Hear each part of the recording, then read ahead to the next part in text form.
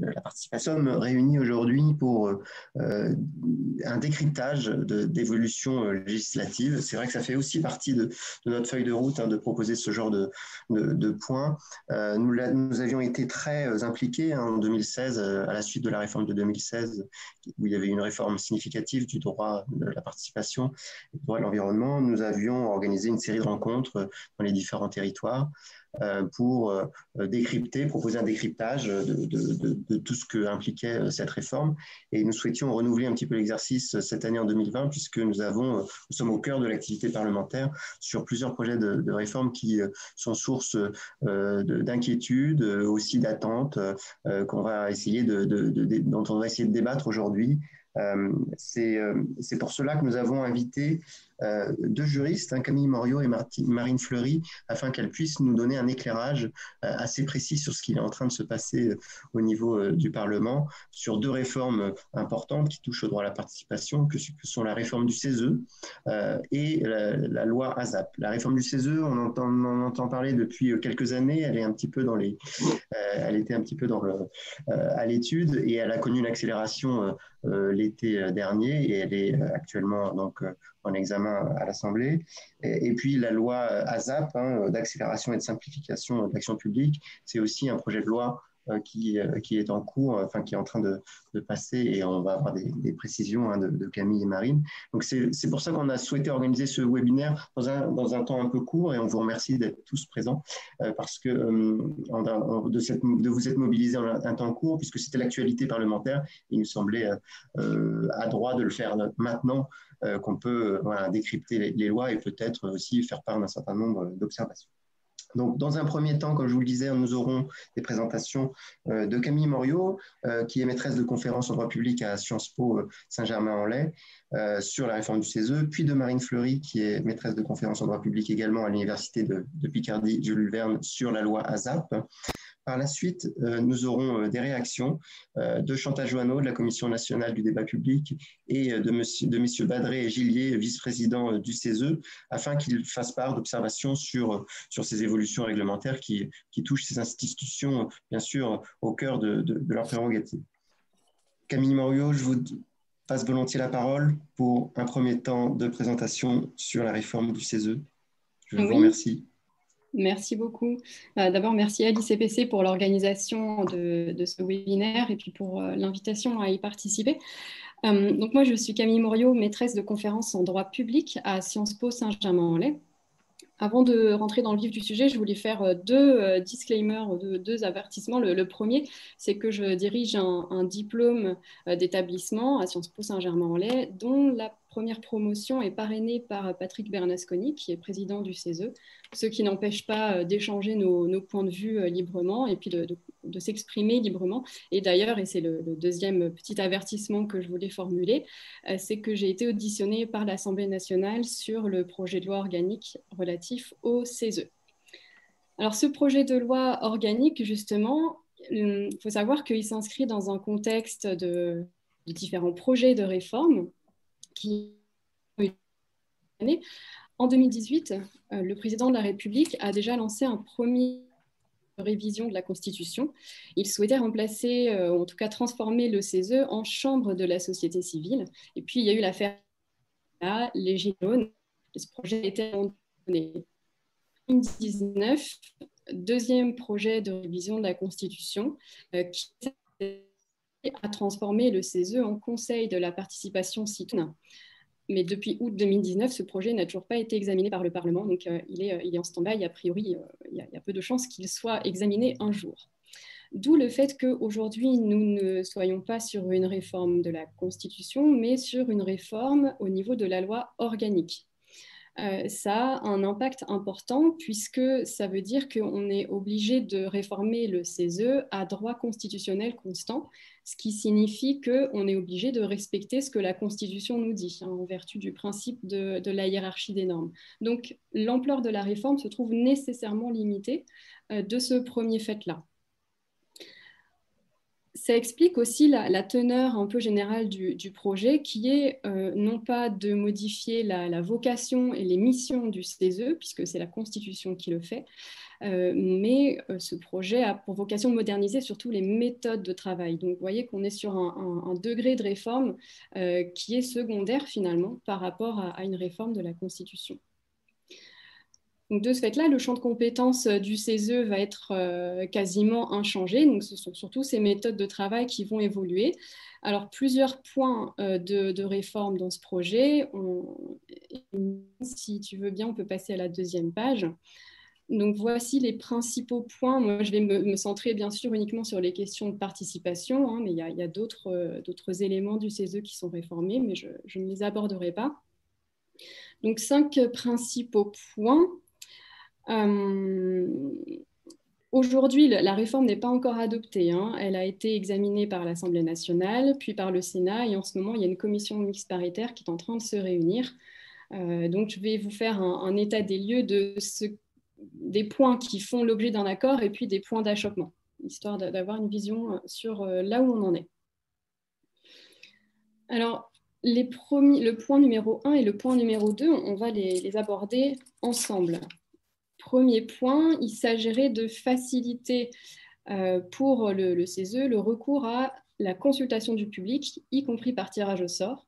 Et puis, deuxième chose, il s'agirait de permettre, donc en dehors de cette consultation du public, d'associer ponctuellement des personnes tirées au sort aux travaux des commissions du CESE. Sur ces deux choses-là, l'Assemblée nationale a adopté, a validé cette proposition en renforçant sur 2 points. D'une part, l'Assemblée a introduit la possibilité que la demande d'organisation d'une consultation du public puisse émaner de présidents des assemblées parlementaires, président de l'Assemblée nationale ou bien du Sénat. Et puis d'autre part, l'Assemblée nationale a proposé d'inscrire des garanties substantielles sur le bon déroulement de la consultation du public, à savoir les principes de sincérité, d'égalité, transparence, impartialité. Il y a une idée de périmètre du public qui doit assurer une représentativité appropriée à l'objet de la consultation, y compris une représentativité géographique et parité homme-femme. Il y a un principe sur l'information des participants, un délai raisonnable pour participer, et puis une idée de reddition des comptes. Et ces règles-là, dans l'intention de l'Assemblée nationale, elles auraient été applicables aussi à la participation de personnes tirées au sort aux travaux du CESE, donc le deuxième point. Ça, c'était donc la proposition gouvernementale renforcée, amendée par l'Assemblée nationale. De son côté, le Sénat a eu un point de vue complètement opposé. Quand on lit le rapport de Madame la rapporteure de la Commission des lois, le Sénat, en fait, se refuse à toute légitimation du tirage au sort dans le projet. Et c'est la fameuse punchline, hein, de Bruno Retailleau qui serait, voilà, on viserait à légitimer une démocratie de la courte paille. Donc avec les arguments finalement assez classiques consistant à dire que c'est les représentants élus qui ont la légitimité, qui ont la responsabilité, etc. Et puis d'autres arguments. Donc, le Sénat, lui, en raison de cette réponse vis-à-vis de l'une des modalités de la participation, qui serait le tirage au sort, a retiré complètement les points 1 et 2 du projet. Donc pour l'instant, la commission mixte paritaire va se pencher sur le point de savoir si finalement le CESE pourrait recourir à la consultation du public et puis à des personnes tirées au sort. Un autre argument du Sénat, c'était de dire que les points 1 et 2, ils sont déjà pratiqués. Ce qui a été le cas. Il faut savoir que il y a plusieurs points qui posent problème. Déjà, le recours à la consultation du public, il se ferait uniquement par l'initiative du CESE et éventuellement sur demande, notamment du gouvernement. Il n'y aurait pas de droit pour le public d'être consulté, hein, c'est le thème du webinaire d'aujourd'hui sur le droit à la participation. Il n'y a pas de mécanisme d'initiative citoyenne qui viserait à demander au CESE d'organiser une consultation sur un débat. Il reste la pétition, mais on va en parler tout à l'heure. Deuxième problème, si on instaure dans la loi organique la possibilité d'organiser cette consultation, il y a un véritable problème de fond qui se pose, à savoir le risque du mélange des genres. Pour le dire simplement, la problématique, c'est que le CESE représente la société civile organisée, donc des représentants d'intérêt par définition, qui représentent les organismes qui les ont placés au CESE, qui défendent des intérêts d'un secteur, ou en tout cas qui représentent ces intérêts-là. Il y a une idée de représentation sectorielle. Alors que la consultation du public au sens large, elle obéit à une autre vocation. La notion de public, c'est quelque chose de très vaste, c'est toute personne, physique ou morale. Il n'y a pas d'idée de représentation d'intérêt. Alors, les deux formes de participation sont aussi légitimes l'une que l'autre. Ce n'est pas l'objet du propos. La difficulté, c'est de savoir si l'un est légitime à organiser la participation de l'autre. Voilà la problématique principale, à mon sens, sur ces deux premiers points. La question se pose avec encore plus d'acuité si vous ne posez pas dans le projet de loi organique des principes substantiels qui pourraient venir cadrer le bon déroulement de la participation, donc principes que le Sénat propose donc de supprimer. Je vous parle des principes de sincérité, d'égalité, d'impartialité qu'on a évoqués tout à l'heure. Indépendamment de cette question-là, sur ces consultations du public ou la participation des personnes tirées au sort, quoi qu'il en soit, tout resterait consultatif. Donc on a le risque, en tout cas il y a une question là-dessus, sur le fait d'avoir une participation qui serait peut-être peu cadrée, avec un problème de garantie derrière, peut-être susceptible d'être instrumentalisée au service d'une institution qui cherche à renforcer sa légitimité, à renouveler sa légitimité. Alors, est-ce que c'est une raison pour ne rien faire? La question est ouverte. Le troisième point, c'est le cas de la pétition. La pétition, son recours serait facilité. Déjà, la principale différence, c'est qu'on pourrait passer par la modalité de la voie électronique et non plus uniquement par la voie papier, ce qui est le cas aujourd'hui. Le seuil de signature passerait de 500 000 signatures à 150 000 signatures. Et par ailleurs, on élargirait les personnes dont la signature serait recevable, dans le sens où les signatures seraient recevables à partir de 16 ans et non plus à partir de 18 ans aujourd'hui. Les autres conditions restent inchangées. Il faut la nationalité ou bien une résidence régulière en France. Sur le traitement de la pétition, on aurait un raccourcissement du délai dont le CESE disposerait pour examiner la pétition, puisque le CESE, une fois la pétition déclarée recevable, aurait non plus 1 an, mais 6 mois pour adopter un avis sur la pétition et proposer les suites. Donc c'est plutôt quelque chose de positif, ce raccourcissement des délais. Même si bon, il peut paraître encore relativement confortable, mais en pratique, l'instance n'est pas obligée d'utiliser ce délai jusqu'au bout. Les points de désaccord sur le recours à la pétition, le Sénat aimerait introduire une idée de représentativité territoriale des signataires de la pétition. Je ne vais pas rentrer dans le détail. Et puis le Sénat aimerait introduire un délai maximum pour le recueil des signatures, c'est-à-dire que les porteurs de pétition auraient 1 an pour recueillir 150 000 signatures. Alors, c'est quelque chose qui peut être de nature à dynamiser un petit peu la campagne et à faire en sorte que les porteurs de la pétition eh bien, créent un débat, des occasions de débat, que la question soit discutée, qu'il n'y ait pas de phénomène d'oubli progressif de la pétition. Les suites, les faits de la pétition resteraient inchangés.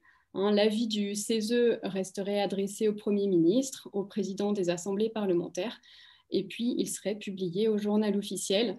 on ne peut pas aller plus loin parce qu'aujourd'hui, la Constitution ne le permet pas. C'est ce que je vous disais tout à l'heure. On reste à cadre constitutionnel constant. Le point numéro 4, il s'agirait d'encourager les liens avec les instances participatives locales. Alors concrètement, deux éléments là-dessus. Le projet permettrait à des représentants des instances consultatives locales, type conseil de quartier, conseil de développement, comité consultatif, etc., à certains représentants de participer aux travaux des commissions du CESE.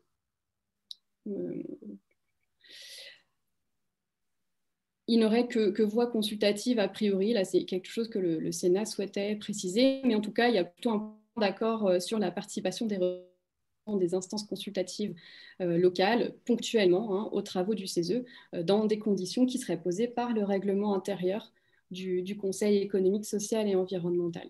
Deuxième point sur le petit 4, le Conseil économique, social et environnemental aurait la possibilité de consulter les instances consultatives locales. Donc, plutôt dans une logique descendante, c'est-à-dire que lorsqu'il travaille sur un avis n'importe lequel, le CESE pourrait solliciter le conseil de développement de telle intercommunalité, le CESER, le Conseil économique, social et environnemental régional de telle ou telle région, et ainsi de suite.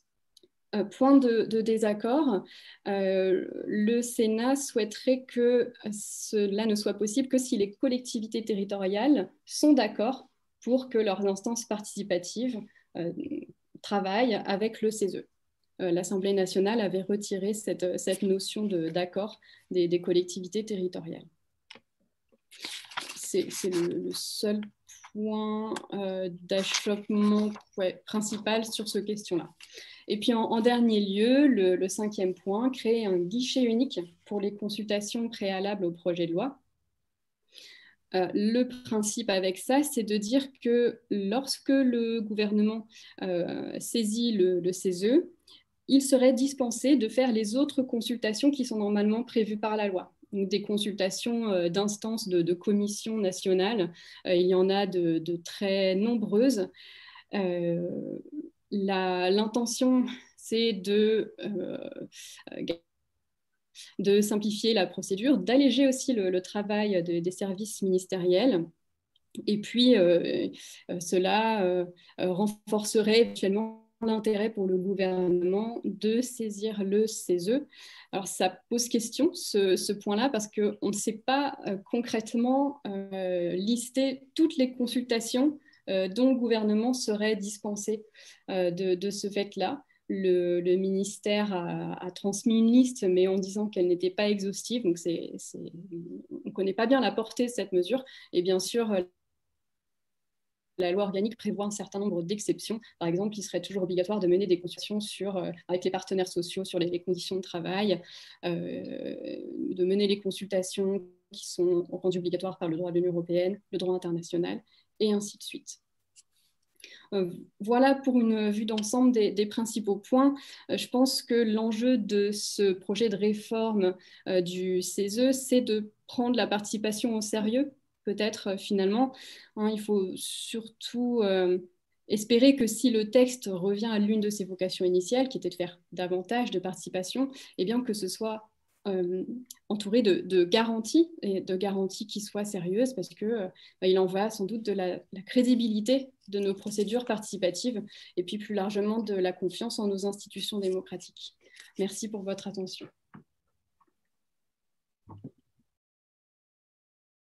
Donc oui, donc moi, ma mission, c'est une mission particulière, celle de vous présenter le projet de loi, donc ASAP, on ne sait pas tellement comment le prononcer, donc c'est l'acronyme en tout cas, de la loi d'accélération et de simplification de l'action publique, qui a aussi été présentée pour exprimer la philosophie un peu générale de ce texte comme l'abréviation de as soon as possible, avec l'idée donc qu'il faudrait aller plus vite, être plus efficace donc dans la gestion de l'action publique. Alors cette idée, il faut la mettre en contexte, c'est une idée qui est comment dire, pour ainsi dire, assez classique maintenant, et qui s'inscrit dans un mouvement de modernisation, enfin en tout cas dit de modernisation d'évaluation de l'action publique qui se traduit maintenant depuis une quinzaine d'années par un mouvement dit de simplification, c'est-à-dire à la version mathématique, réduction, diminution, suppression d'un ensemble de procédures et d'institutions qui éclairaient, ou en tout cas qui avaient été créées pour accompagner la prise de décision publique. Donc ça, c'est pour la mise en contexte général.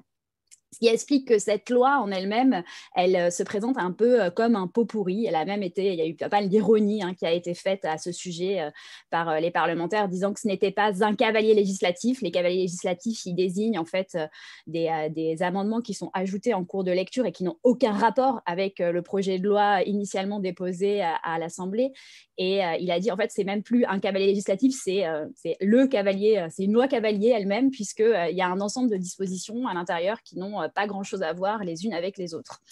Ici, dans le cadre de mon intervention et à la demande de l'Institut, je vais me concentrer en fait sur les questions qui concernent plus spécialement vos sujets d'intérêt, à savoir les modalités d'organisation de la participation du public à l'élaboration des décisions ayant une incidence sur l'environnement. Alors, pour vous donner une idée un peu, toujours avant de commencer, de la philosophie générale de ce texte, je pense qu'il est important de montrer une sorte de hiatus entre les motifs exposés dans le cadre des motifs du projet de loi et le document qui, en réalité, est à l'origine de ce projet de loi qui avait été discuté déjà par le Parlement avant le confinement et dont les travaux sont interrompus.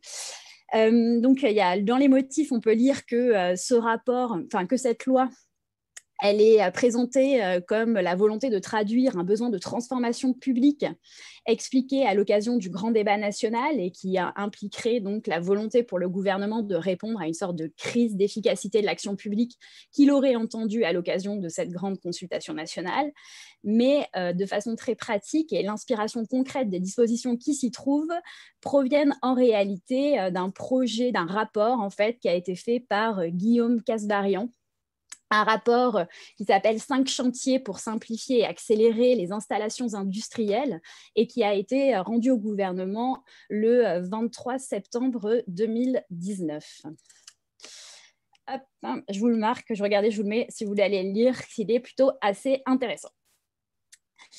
Sur ce qui concerne la participation du public à l'élaboration des décisions ayant une incidence sur l'environnement, il y a donc beaucoup de débats encore, puisque le texte n'a pas fini non plus son processus législatif.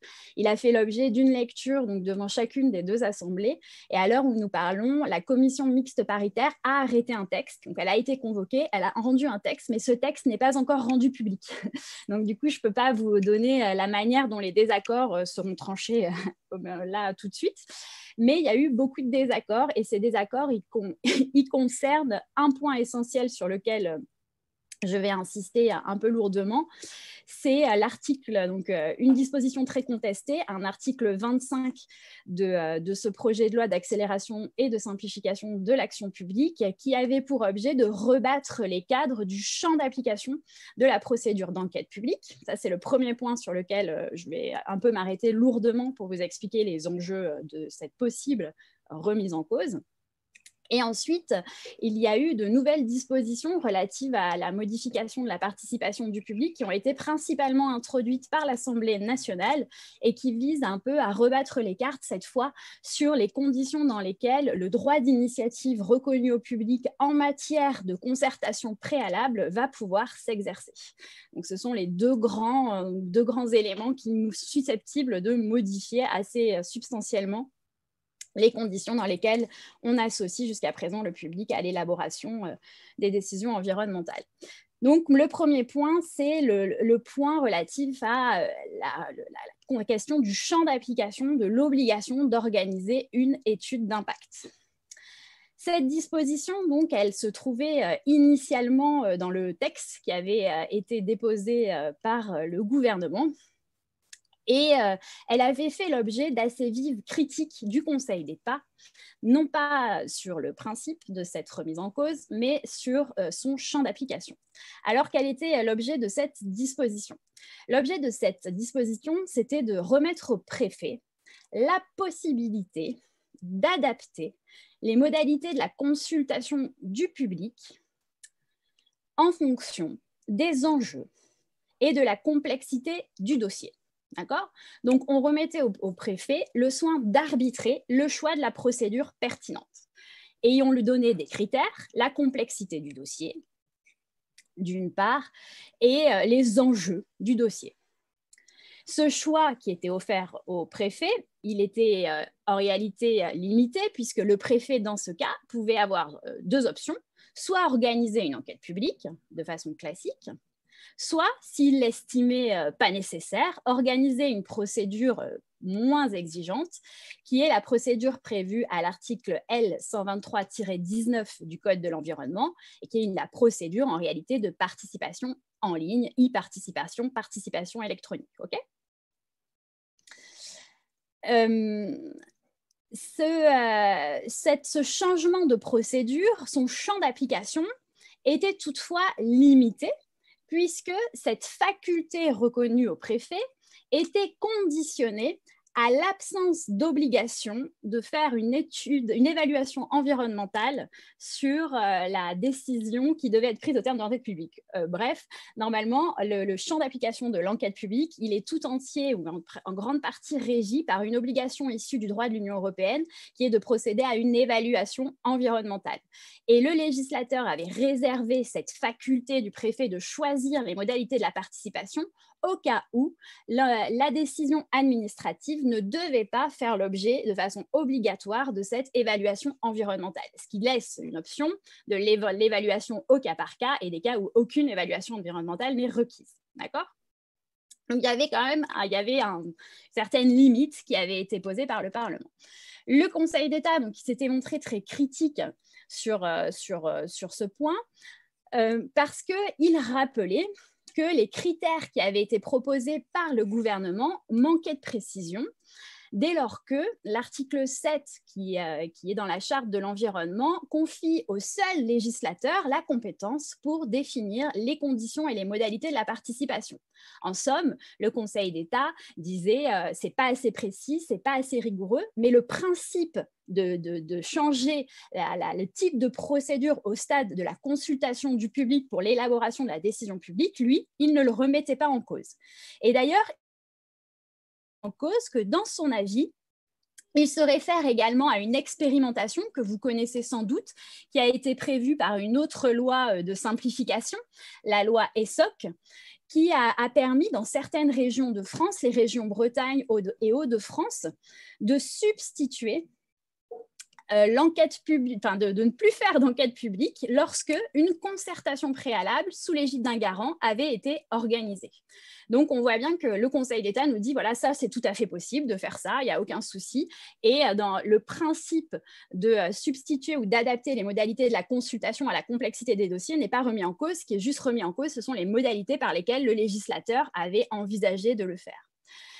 Le Sénat a parfaitement écouté le Conseil d'État et dans sa lecture du projet de loi, il a adapté des modifications de l'article initial qui a été prévu dans le projet de loi qui avait été déposé, en spécifiant de façon beaucoup plus rigoureuse les conditions dans lesquelles le préfet pouvait arbitrer entre ces deux procédures. Finalement, ce qu'a choisi de faire le Sénat, c'est de supprimer le pouvoir discrétionnaire du préfet dans le choix des procédures et de prévoir un mécanisme d'articulation assez classique en disant que l'enquête publique n'était plus le principe de la concertation, de la consultation du public sur la décision ayant une incidence sur l'environnement. Ce n'était plus le principe puisqu'elle n'était requise que lorsque l'article L123-2 du Code de l'environnement l'exigeait, à savoir lorsque une évaluation environnementale est requise. Dans tous les autres cas, le Sénat donc ouvrait à la voie ici à une disparition de l'enquête publique, puisque tous les cas où la décision ne devait pas faire l'objet d'une évaluation environnementale ou où le champ d'application de cette évaluation est défini dans le Code de l'environnement étaient désormais soumis à la procédure de participation électronique. Donc on voit bien comment le Sénat a reçu l'opinion du Conseil d'État en aggravant en quelque sorte le principe, mais en précisant les modalités, en supprimant la discrétion du préfet. Évidemment, vous vous en doutez, cette évolution, elle a suscité un peu de remous, notamment chez la Commission nationale des commissaires enquêteurs, qui s'est fortement mobilisée pour expliquer la différence entre ces deux procédures et la perte de garantie qu'elles pouvaient supposer pour le public. Elles sont très nombreuses, je reviendrai si vous voulez pendant la discussion. Et cette question a finalement eu un certain écho auprès de l'Assemblée nationale qui a supprimé cet article 25. Il y a un amendement de suppression qui a été adopté, non sans difficulté, à très courte voie. Le gouvernement a même demandé une seconde délibération sur cette suppression. Et elle a été confirmée par l'Assemblée nationale. Et donc, il incombe désormais à la commission mixte paritaire de trancher la question de savoir si cette évolution du droit de la participation va avoir lieu ou pas. Ça, c'était le premier point. Le second point qui est intéressant, enfin, les autres nouveautés qui sont introduites par la loi ASAP, il y en a deux autres que je dis un petit peu plus rapidement, qui sont la rénovation relative des conditions dans lesquelles le droit d'initiative reconnu au public en matière de concertation préalable peut s'exercer. C'est le premier point. Et le deuxième point, c'est une proposition aussi de l'Assemblée nationale d'essayer de faire fusionner ou en tout cas de rationaliser les modes de concertation entre le Code de l'environnement et le Code de l'urbanisme pour l'élaboration d'un ensemble de projets. Le premier point, donc, sur la question relative au droit d'initiative reconnu au public à la suite, dans le cadre, en vue de demander l'organisation d'une concertation préalable. Alors, la réforme qui est proposée, elle est très limitée, puisqu'elle vise seulement à encadrer la durée ouverte au public pour exprimer ce droit, 2 mois. Alors, moi, je n'ai pas très bien compris où était l'évolution, pour être tout à fait honnête avec vous. Ce qu'il est écrit, on remplace 4 par 2, mais l'ordonnance de 2016, elle avait déjà abaissé à 2 mois le délai. Donc, alors, à moins que je sois complètement bigleuse, ce qui est aussi une probabilité envisageable, je ne vois pas trop en fait ce qui change de ce point de vue-là. En revanche, ce qui change, ce sont les obligations que l'on va faire au maître d'ouvrage dans sa déclaration d'intention qui constitue l'information préalable nécessaire pour le public en vue de demander l'exercice de son droit. Donc, on voit bien qu'il y a ici la volonté ici de mieux articuler, ou en tout cas d'articuler différemment ces deux questions. En effet, donc, pour que ce droit d'initiative puisse s'exercer, au préalable, le maître d'ouvrage, notamment, le maître d'ouvrage pour un ensemble de projets, donc qui sont limités, je ne vais pas rentrer dans les détails super techniques parce que sinon je risque encore plus de vous perdre, devait transmettre une déclaration d'intention, laquelle doit présenter un ensemble d'informations, les motivations, les raisons du projet, le plan et le programme dont il découle éventuellement, la liste des communes qui peuvent être affectées, etc. Enfin bon, un ensemble d'éléments qui sont susceptibles de permettre l'information du public. Et ici, le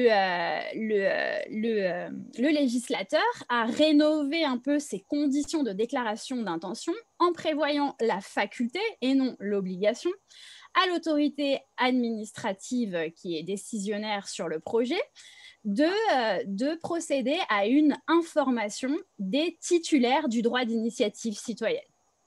Alors, ça se traduit de façon pratique donc, par le fait qu'on nous dit que l'autorité administrative compétente pour autoriser le projet pourra informer notamment les collectivités territoriales, on les énumère, des associations ou des fédérations d'associations agréées au titre de la protection de l'environnement, et de l'existence de cette déclaration d'intention, l'idée étant de mieux articuler, vous le voyez, cette déclaration d'intention et l'effectivité en quelque sorte de ce droit d'initiative en améliorant la qualité de l'information du public. Du moins, on peut le voir de cette manière. Donc ça c'est le premier point. Le second point qui change dans le cadre, la seconde innovation qui est un peu apportée, il y en a plein d'autres, je fais vraiment une sélection. La seconde innovation qui est apportée par le projet par la version du texte adoptée par l'Assemblée nationale, c'est d'essayer de rationaliser dans ce que nous, on appelle les juristes les opérations complexes, c'est-à-dire les opérations de travaux, d'ouvrages et d'aménagement dont la concrétisation suppose la délivrance de plusieurs autorisations administratives, de rationaliser dans certains cas les modalités de la concertation préalable, la concertation amont. Et ici, le choix qui a été fait par le législateur, c'est de faire de la concertation préalable telle qu'elle est définie dans le Code de l'environnement le modèle, l'étalon de mesure de la concertation en général, en permettant aux autorités administratives de se dispenser de la concertation préalable exigée au titre du Code de l'urbanisme pour l'élaboration de certains types d'actes, principalement ce sont les documents de planification territoriale, lorsque par ailleurs une autre concertation était nécessaire en vue de la réalisation d'un projet particulier. En fait, si on traduit ça en langage concret, ça veut dire quoi? Ça veut dire que lorsque on va vouloir autoriser une nouvelle installation sur le territoire de type industriel, on peut imaginer, eh bien, plutôt, et que cette installation suppose une rénovation des plans locaux d'urbanisme ou du schéma de cohérence territoriale, eh bien, on va pouvoir faire fusionner les modalités de la concertation pour organiser dans le même temps la concertation sur le projet et la concertation sur la rénovation du plan qui est un préalable nécessaire à sa concrétisation. Et donc, cette évolution, il faut quand même la mettre en perspective avec une décision récente, me semble-t-il, du Conseil constitutionnel qui est relative aux conditions dans lesquelles la participation du public peut être organisée, puisqu'il y a eu une décision assez récente, au mois de mai 2020, rendue par le Conseil constitutionnel, dans lequel il avait été saisi justement de cette question des opérations complexes et de la manière dont on peut organiser la participation du public dans ces cas-là. La question qui lui était posée, c'était celle de savoir si on pouvait supprimer parfois certaines formes de participation, si le public devait participer à toutes les décisions qui devaient être prises, ou si on pouvait fusionner, supprimer certaines fois les procédures de participation. Et le Conseil constitutionnel, il y a répondu de manière relativement positive, en ne niant pas cette faculté du législateur dans son principe, mais en lui adressant une condition. Et la condition, c'est que lorsque le législateur essaie d'entreprendre ces opérations de rationalisation, il faut que lorsque la participation du public est organisée, elle garantisse au public, nous dit-il, une appréciation complète des incidences directes et significatives de toutes les décisions sur l'environnement. Et donc, on voit bien ici, ça pose énormément de questions sur la mise en œuvre pratique de cette exigence et sur l'intensité en réalité de la discrétion qui est reconnue au législateur pour maintenant rationaliser ces processus d'opérations complexes qui sont légion. Comme je vous le disais, ces dispositions, celles dont je viens de parler, ont été introduites par l'Assemblée nationale et donc n'ont pas été examinées par le Sénat. Et les premières ont été introduites par le projet de loi, acceptées par le Sénat, mais rejetées par l'Assemblée nationale. Et donc, toute l'évolution est aujourd'hui entre les mains de la commission mixte paritaire qui a rendu son texte, mais qui n'est pas encore publié. Très bien. Je vous propose, on a légèrement glissé, mais je pense que merci encore à vous de ces éclairages qui sont précieux, puisque le processus, vous l'avez bien démontré, est quand même pas facile à suivre et ça donne quand même les termes du débat.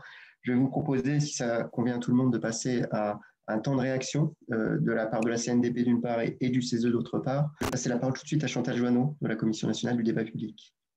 Merci David. Bonjour à toutes et à tous et bravo pour cette initiative. Je vais donc juste rappeler en quelques mots la CNDP d'où je parle pour mieux comprendre effectivement la teneur du propos. La CNDP est une autorité administrative indépendante, donc dès lors qu'on est nommé, on est inamovible pour 5 ans, dont le rôle est de garantir le droit à l'information et à l'environnement pour le public en ce qui concerne la participation à tous les projets qui ont un impact sur l'environnement. C'est-à-dire, dès lors qu'il y a un projet qui a un impact sur l'environnement, normalement, le public a ce droit d'être informé et de pouvoir participer à l'élaboration de la décision. Et donc, cette institution a été créée il y a 25 ans pour garantir l'exercice de ce droit, d'abord sur les grands projets et ensuite, à partir de 2016, comme ça a été rappelé, sur de plus petits projets, mais qui peuvent être potentiellement très conflictuels. Et donc, on a un rôle très différent, par exemple, de celui du CESE, puisque c'était l'objet de la première intervention.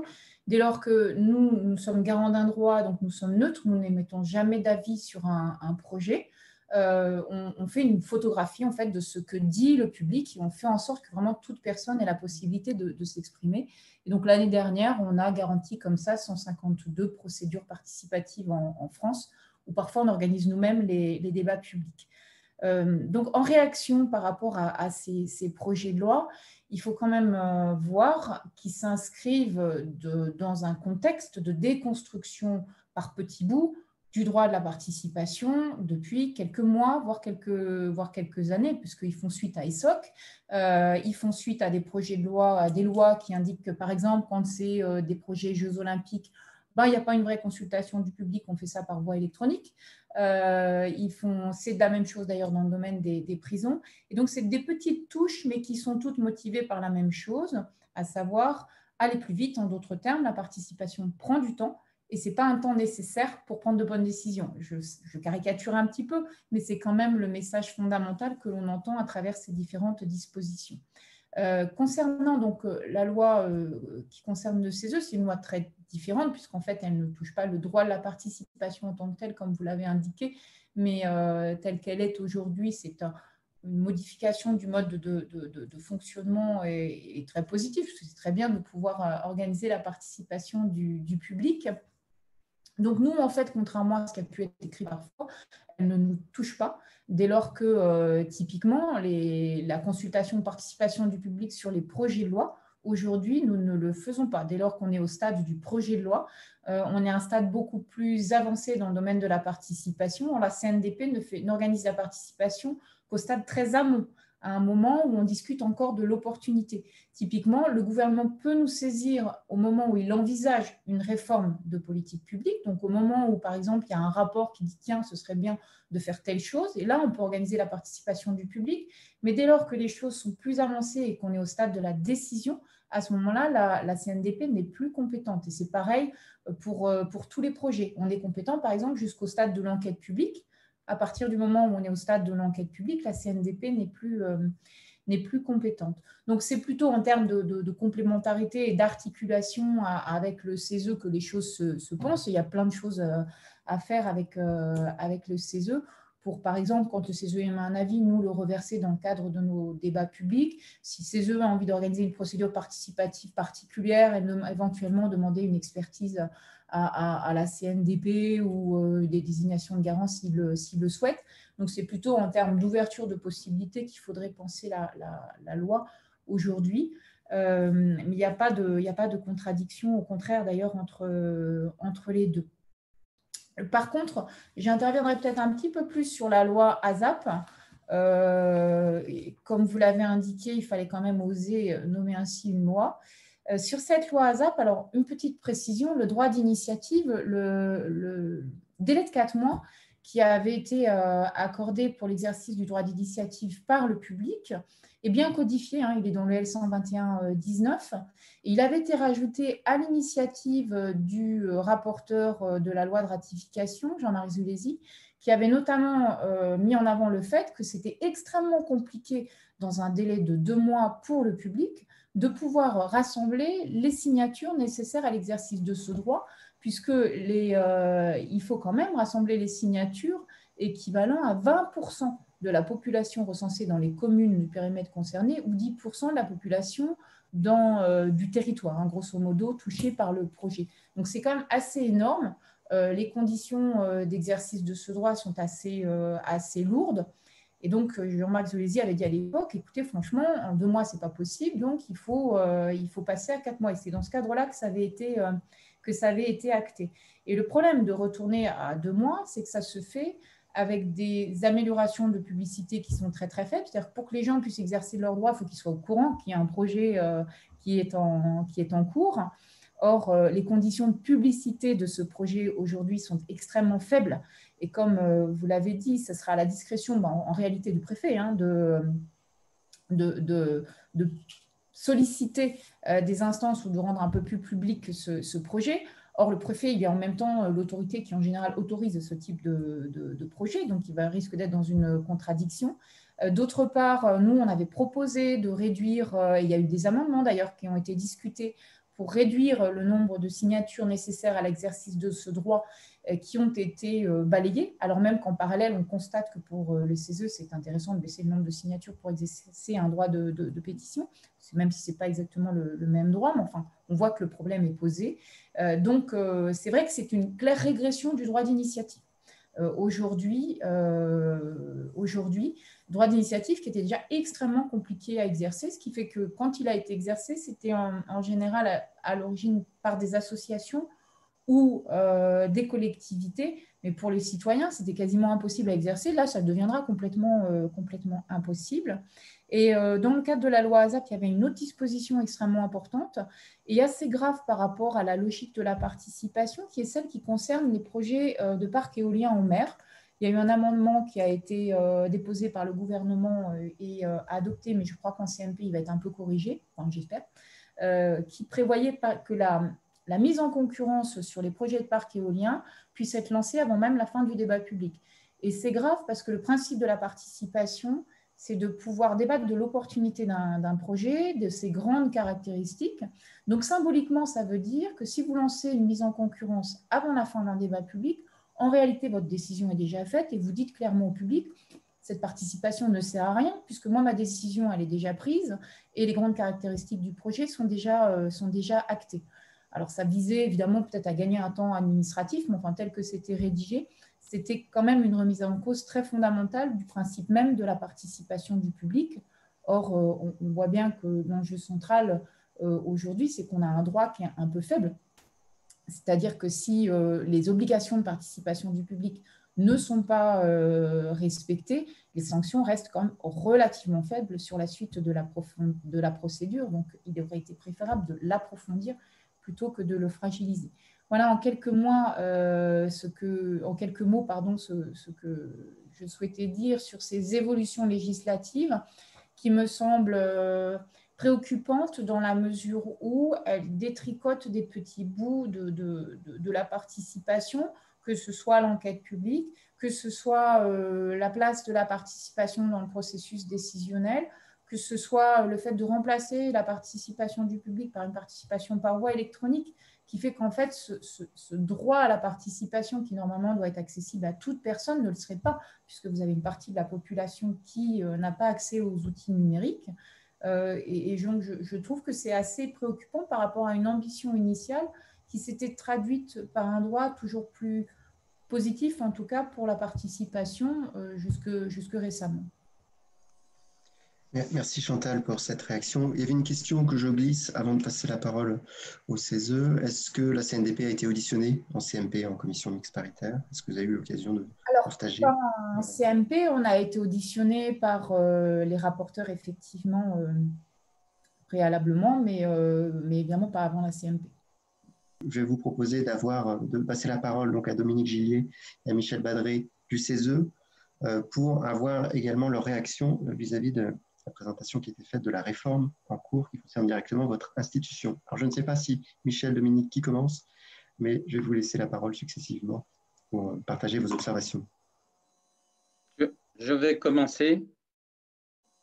On s'est entendu avec Michel. Hein. D'abord, une simple information sur le calendrier, puisqu'une question a été posée.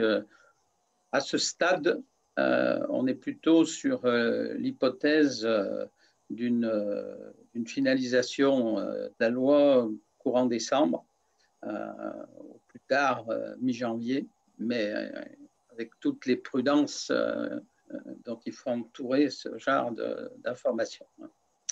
Ce que je voulais dire d'abord, avant même de réagir à la loi, hein, c'est que le CESE, dans son projet de mandature 2015-2020, ce sera finalement 2021, avait projeté de développer des pratiques participatives, ce qu'il a fait. Une de ses motivations essentielles, hein, c'était de tenter de générer une participation et un renouveau de la démocratie du système démocratique français par la participation des citoyens. et il a estimé qu'il était une institution tout à fait apte à le faire, puisque déjà représentant la société civile, mais la société civile organisée. Et donc, il s'agissait plutôt d'une ouverture vers des citoyens, et en particulier vers des publics qui sont souvent, entre guillemets, hors champ de la citoyenneté, hein, d'exercice de la citoyenneté. On a donc mené plusieurs types d'expériences, hein, des groupes de citoyens tirés au sort, des plateformes consultatives avec des ateliers plus collectifs, mais à distance. On a installé une veille sur les pétitions pour pouvoir s'autosaisir sur la base de pétitions. Tout ça ayant fait l'objet d'évaluations externes au CESE, hein, par des personnes, des scientifiques, on peut le dire.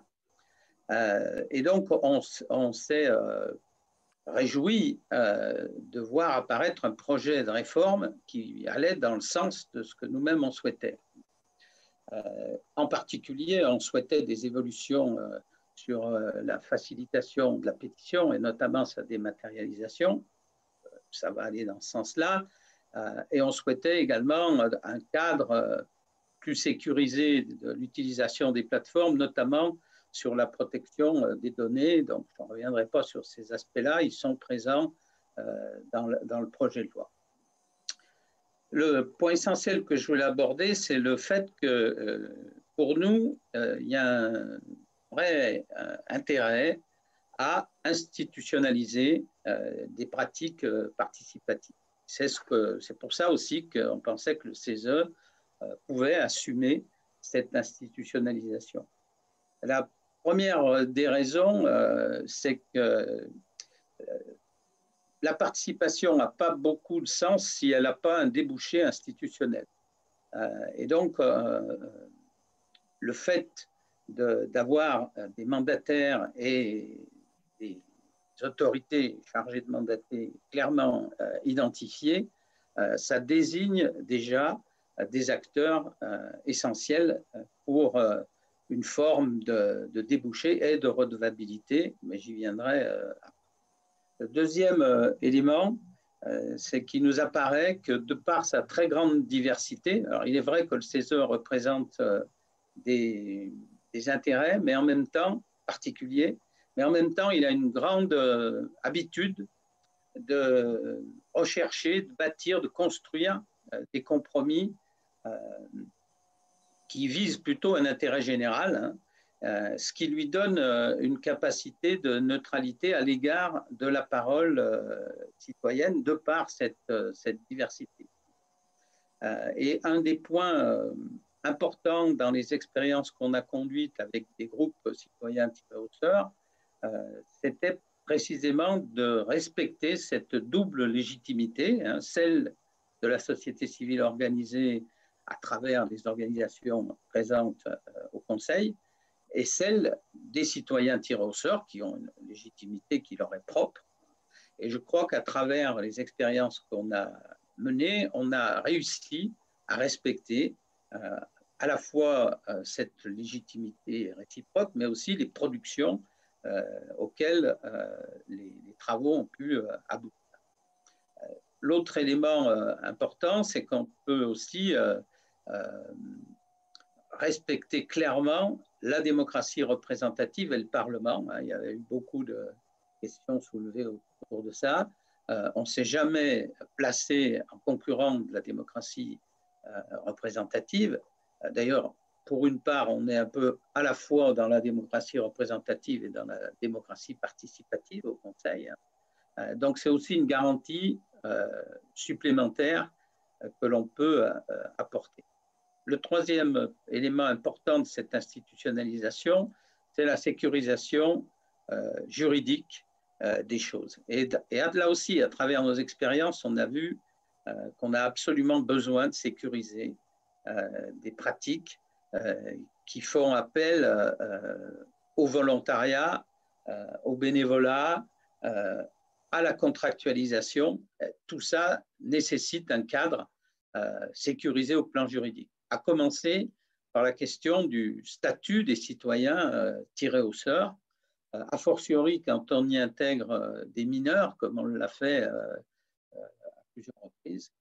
Donc ça, c'est un élément important. Des garanties juridiques aussi en matière de confidentialité ou au contraire de publicité, des garanties par rapport à la propriété, à la conservation et à l'accès aux archives, etc. Il y a tout un tas d'éléments qu'il nous faut sécuriser au plan juridique.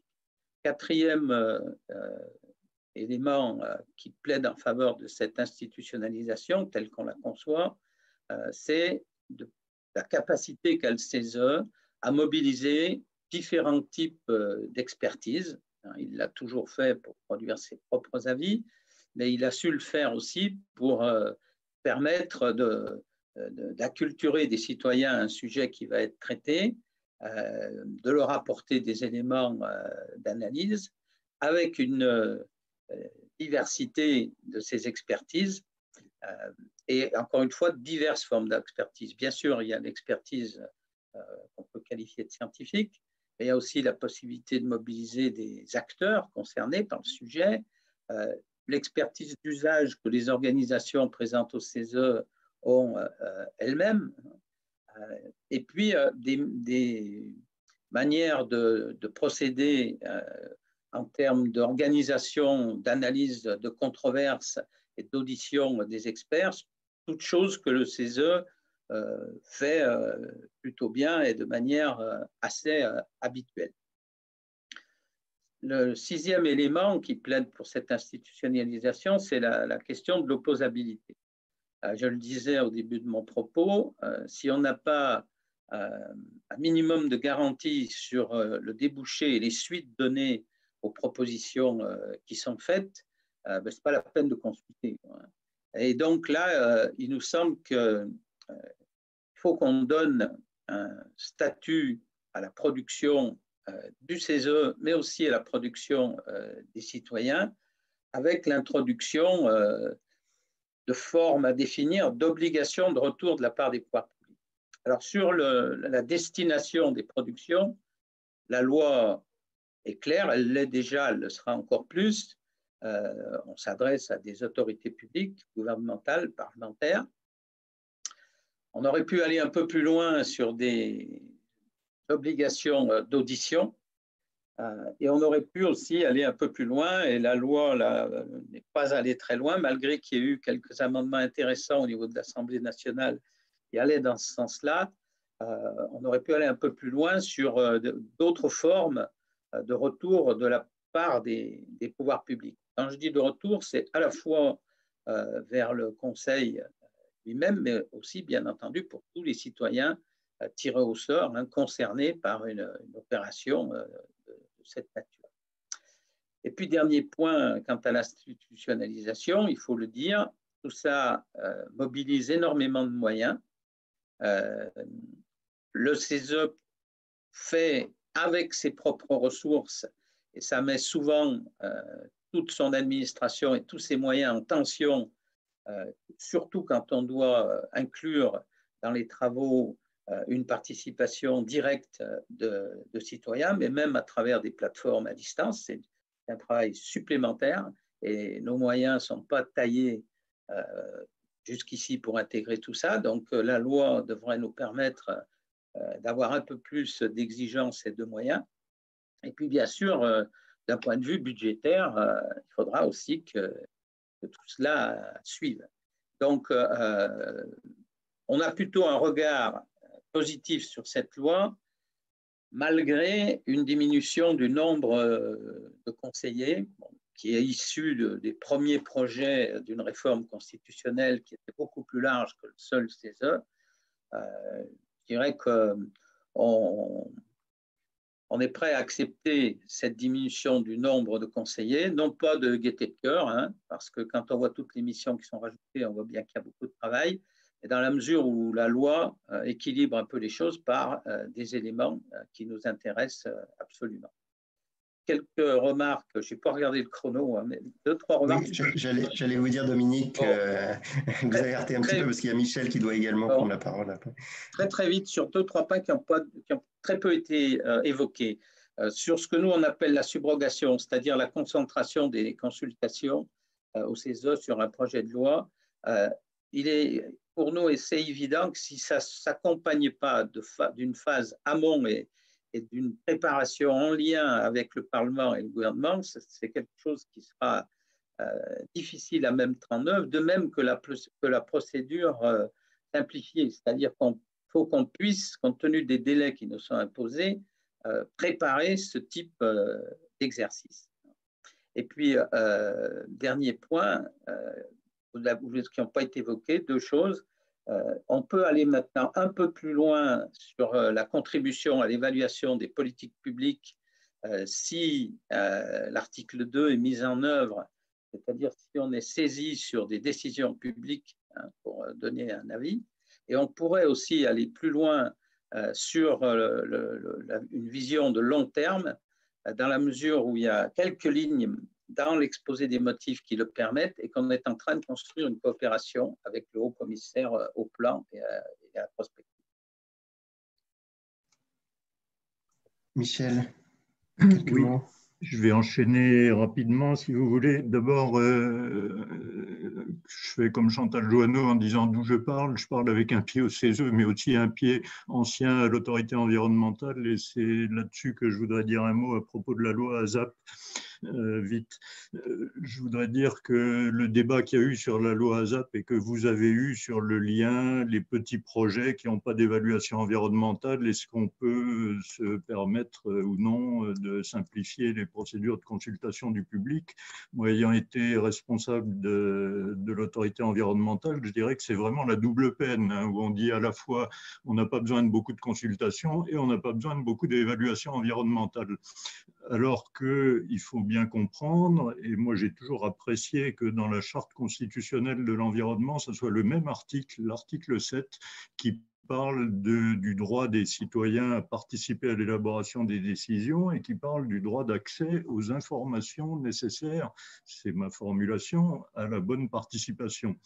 Et l'autorité environnementale, elle est sur ce point. Comment est-ce qu'on fait pour que les citoyens disposent de toutes les informations voulues sur les impacts environnementaux des projets?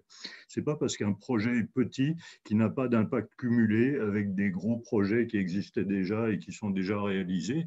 Et donc, le fait d'articuler les deux, qu'est-ce qu'on évalue et comment le public participe, ça me paraît un point complètement essentiel. Et moi, c'est ça qui me paraît poser problème dans cette disposition de la loi ASAP. Alors, ça veut dire aussi qu'il ne faut pas imposer le même type d'évaluation environnementale au réseau de transport du Grand Paris, qui va se faire en 20 ans et qui coûte 30 milliards d'euros, à un petit projet qu'on va faire en 2 mois et qui concerne un demi-hectare de terrain. Là-dessus, il y a des progrès à faire sur qu'est-ce que c'est qu'une bonne évaluation environnementale. Mais on ne peut pas se permettre de dire que parce qu'un projet est petit, on n'a pas besoin de se concerter et on n'a pas besoin d'évaluation environnementale. Moi, c'est ça qui me gêne. Encore un mot, au contraire, sur les très grands projets, et le débat que vous avez eu entre vous à la suite de l'intervention de Marine Fleury là-dessus. Moi, là-dessus aussi, c'est un retour d'expérience pratique de l'autorité environnementale. Quand on voit des grandes infrastructures linéaires, la LGV Tours-Bordeaux, par exemple, et qu'on regarde ce que c'est que la mise en conformité de tous les documents d'urbanisme le long de la LGV Tours-Bordeaux. Je pense vraiment que pour les citoyens, c'est incompréhensible. Quand ils voient, on commence par leur montrer les 25 décisions successives, DUP, autorisation, loi sur l'eau, je ne sais pas quoi. Et puis à la fin, on vient leur dire « Ah mais attendez, il y a encore une chose, c'est qu'il faut modifier tous les documents d'urbanisme, et il faut le faire, effectivement. » La question de la cohérence de la procédure d'évaluation de tous ces travaux est absolument nécessaire pour que le public comprenne de quoi on lui parle. Moi, je dis que nous, qui étions des professionnels de la chose, on avait souvent beaucoup de peine à comprendre de quoi on parlait, qu'est-ce qu'on était en train de modifier, pourquoi, qu'est-ce qu'il y avait des liens avec quoi. Donc là-dessus, c'est un peu un appel collectif à une bonne clarification des explications données. J'en viens au CESE. Et je ferai très bref parce que Dominique a dit l'essentiel. Je voudrais juste revenir sur ce qu'a dit Camille Moriot dans sa présentation initiale, où elle disait, en fait, il y a 2 types de participation du public. Je fais simple, la participation de la société inorganisée, j'utilise ce terme de façon non péjorative.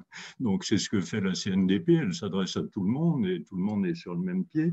Et puis la participation type CESE, la société civile organisée, comme on le dit nous, les corps intermédiaires qui s'expriment. Camille Moriot a dit, de façon tout à fait pertinente me semble-t-il, ces deux formes sont légitimes.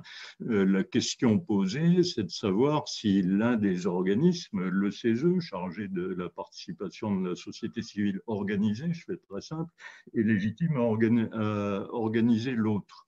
Moi, je réponds juste de façon expérimentale, puisqu'il se trouve que Dominique et moi, on a été co-rapporteurs sur la première opération qu'on a faite, où on a associé le tirage au sort de 30 citoyens et puis l'expression du CESE lui-même à l'occasion de la crise des Gilets jaunes.